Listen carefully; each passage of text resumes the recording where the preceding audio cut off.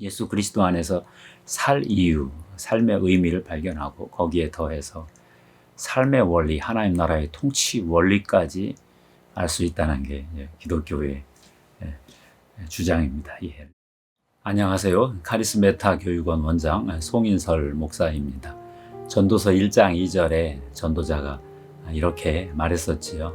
헛되고 헛되며 헛되고 헛되니 모든 것이 헛되도다. 헛되다는 게 무엇일까요?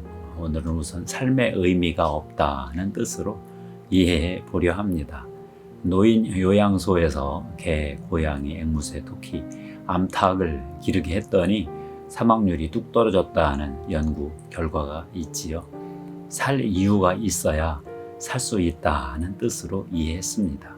오늘은 어떻게 의미 있게 살 수 있을까 하는 주제로 이야기를 나누어 보려고 합니다. 삶의 의미가 무엇일까요? 팀 켈러는 답이 되는 기독교에서 의미에서 두 가지 뜻을 말했습니다. 첫째, 배후에 의도가 있으면 의미가 있다 합니다. 폭행 사건이 생겼을 때 우선 사람을 다치게 할 의도가 있었는가를 묻습니다. 둘째, 자체 너머에 무엇을 가리키는 중요한 내용이 있으면 의미가 있다 한다고 합니다. 훈장은 의무감을 뛰어넘어 용기를 가리킵니다. 사람들은 삶의 의미를 찾습니다. 20세기 중반 실존주의 작가들이 특별히 삶의 의미에 집착을 했습니다. 허무주의를 극복하기 위해서였지요. 장폴 샤르트르는 그 유명한 존재와 무에서 인간은 쓸모없는 열정이다 라는 말을 했는데 허무에도 열정은 내야 된다 그런 뜻으로 또 이해해 봅니다. 그런데 삶의 의미를 찾기가 쉽지가 않습니다. 우리 시대 포스트 모던 사상가들은 세속사회에서 각자 알아서 삶의 의미를 지어내어 살라고 하지요. 하버드의 진화 생물학자였던 스티븐 제이 굴드도 그랬습니다. 삶의 의미란 없다. 이 사실이 두려운 것은 사실이지만 결국은 해방을 가져다 준다. 해방은 우리 스스로 궁리해야 한다. 삶의 궁극적 의미가 없다고 믿는 게 해방이다. 근대 시대에 우리는 삶의 의미를 잃고 슬퍼했으나 포스트 모던 시대에 우리는 삶의 의미라는 개념 자체가 없어서 오히려 후련하다. 스스로 인생의 목적을 지어내라. 이런 말을 했어요.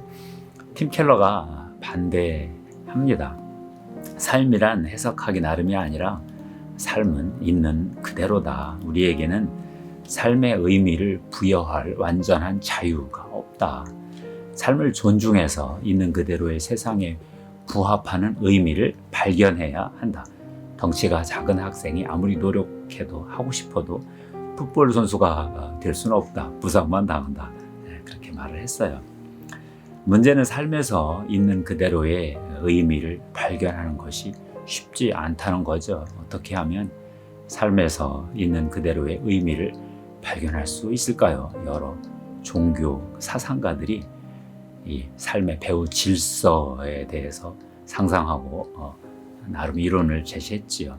그래서 백과쟁명의 사상가들이 출연했습니다. 성경은 좀 독특한 얘기를 합니다. 세상을 만드신 분이 있고 그분이 세상의 질서와 법칙을 정하셨습니다. 하나님의 아들 예수 그리스도가 이 땅에 오셔서 하나님의 왕국을 땅 위에 시작하셨다 합니다. 그분은 삶의 의미가 너무 분명했습니다. 하늘 아버지의 통치를 이 땅에서도 시작하는 것입니다. 그런데 예수는 십자가에서 지독한 삶의 무의미를 경험하셔야 했습니다. 십자가에 못 박힌 채 나의 하나님 어찌하여 나를 버리셨나이까 외치셨습니다.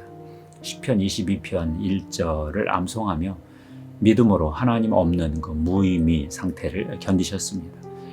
왜 그러셨을까요? 삶의 무의미 속에서 방황하고 있는 우리 대신 삶의 무의미를 받기 위해서였지요. 우리가 하나님과 분리되어야 마땅한데 예수님이 우리 대신 하나님과 분리되어 무의미의 고통을 당하신 거지요. 예수 그리스도를 믿을 때 그리스도인들은 생명만 받는 것이 아니라 예수 안에서 삶의 영원한 의미를 또 받습니다.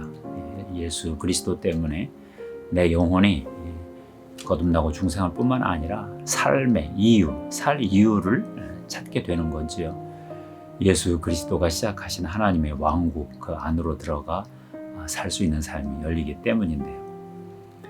이 그리스도인들은 예수 그리스도 안에서 삶의 의미만 발견하는 게 아니라 삶의 원리까지도 배울 수 있습니다. 요한복음 1장 1절 3절이지요. 태초에 말씀이 계시니라. 이 말씀이 하나님과 함께 계셨으니 이 말씀은 곧 하나님이시니라. 그가 태초에 하나님과 함께 계셨고 만물이 그로 말미암아 지은 바 되었으니 지은 것이 하나도 그가 없이는 된 것이 없느니라. 사도 요한은 예수 그리스도가 하나님이실 뿐만 아니라 우주의 로고스라는 계시를 받은 건데요. 본래 로고스는 그리스 철학자들이 우주의 법, 이치, 우주의 배후 의미라고 직관적으로 깨달은 건데요. 사도 요한은 그 로고스 우주의 그 법이 예수 그리스도라는 인격 안에서 드러나는 것을 또 발견한 것입니다. 하나님이 창조 때 그 아들 예수 그리스도와 함께 하나님의 왕국을 통치하는 원리와 법칙을 세우셨다는 건데요. 그 법칙이 인격 안에서 예수 그리스도 인격 안에서 우리에게까지 또 드러났다는 것입니다.